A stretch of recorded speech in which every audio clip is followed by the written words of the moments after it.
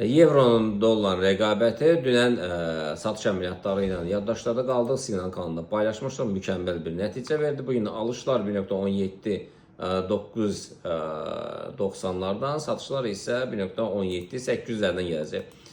Funtun dollar rəqabətində satış əməliyyatı dünən həm alış əməliyyatlarına, həm satış əməliyyatlarına signal kanalında mükəmməl bir nəticə verdi. Alışlar bugün 1.35 50'lərdən, satışlar isə 1.34 800'lərdən gələcək. Neftə gəldikdə isə neft dünən biz də alış əməliyyatlarını icra etdik və mükəmməl bir nəticə verdi.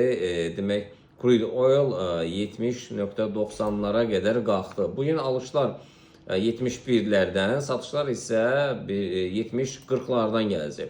Nasdaq, S&P, Dow Jones, DAX bunlara gəldikdə isə, yəni dünən bildiyiniz kimi biz signal kanalında dərc etmişdik. Bütün əməliyyatlar, dünənki əməliyyatlar, yəni 20'ye yaxın bütün əməliyyatlar gəlirlə nəticələndi və eləcə də Nasdaqda səhər saatlarında biz alış əməliyyatlarını nəzərə çatdırmışıq, mükəmməl bir nəticə verdi.